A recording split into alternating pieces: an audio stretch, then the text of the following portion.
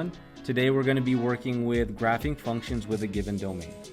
Now there's many ways to define domain, or at least say it, but domain, it is a set of numbers, right?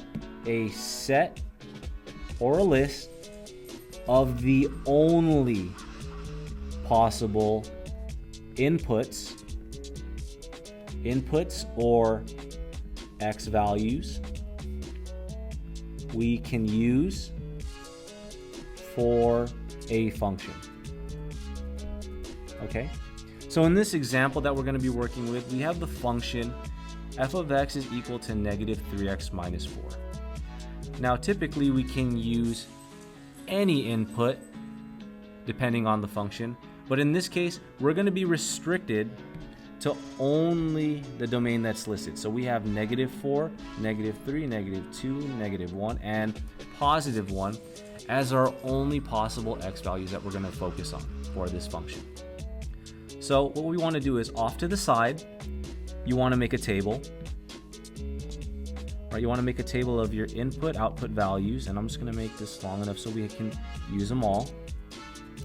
And on the left we have our given inputs in the domain, and then we have on the right our outputs. Now let's go ahead and start off with negative 4. Negative 4, we're going to plug that into our function rule, negative 3x minus 4.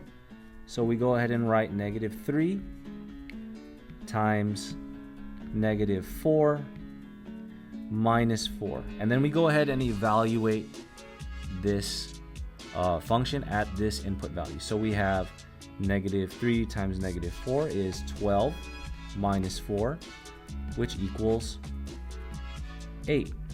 Then we move on to the next one. We have negative 3. We're going to go ahead and evaluate that for this function. We have negative 3 times negative 3 minus 4. We go ahead and multiply negative 3 times negative 3, and we get 9 first, minus 4, which equals 5. Then we move on to the next, and we're going to continue this as we have for the first two with all the inputs in the domain. So we go ahead and input that.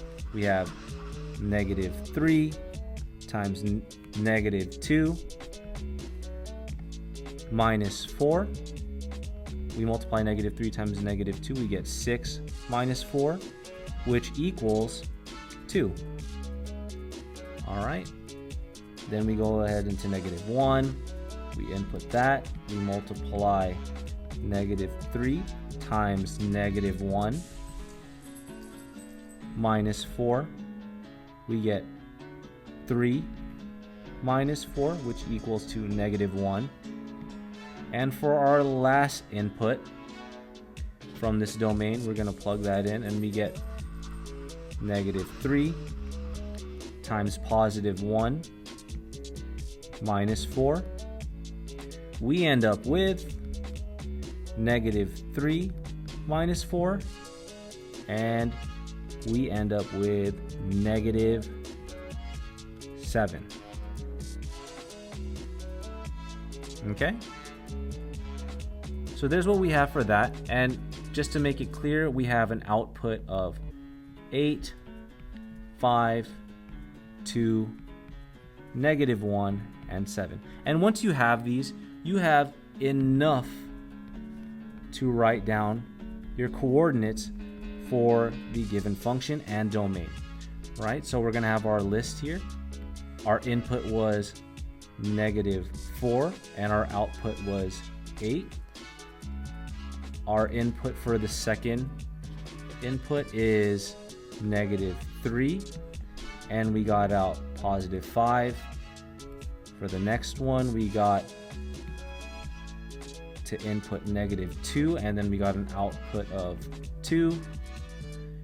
For the next one, we have an input of negative 1, and then we had an output of negative 1.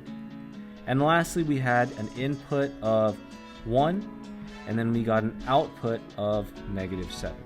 Now that we have these 5 points that represent all the outputs and inputs from this given function. Let's go ahead and plug that in and plot it onto our graph here. So we have, and in red, we have -4, 8, right? So we have a point up here. We have -3, 5, which is a point over here. We have -2, 2, point over here. -1, 1. I'm sorry, -1. -1, all right. And then we have 1, -7. Now here's our discrete function. Discrete meaning we have individual points from this given domain. And to know that you're doing this correctly, what you want to see here is all of them fall into the pattern of the function. The way that we know that this is correct for this particular function, right, a linear function, we want to make sure that all of these are in alignment. Now you don't have to connect, you don't have to connect the dots for this, but what you want to make sure is that they do all fall in alignment. Anything out of place, that is your one tell that you need to fix how you evaluated the function. All right, so this is your final result, and that should be that. Hope this helps.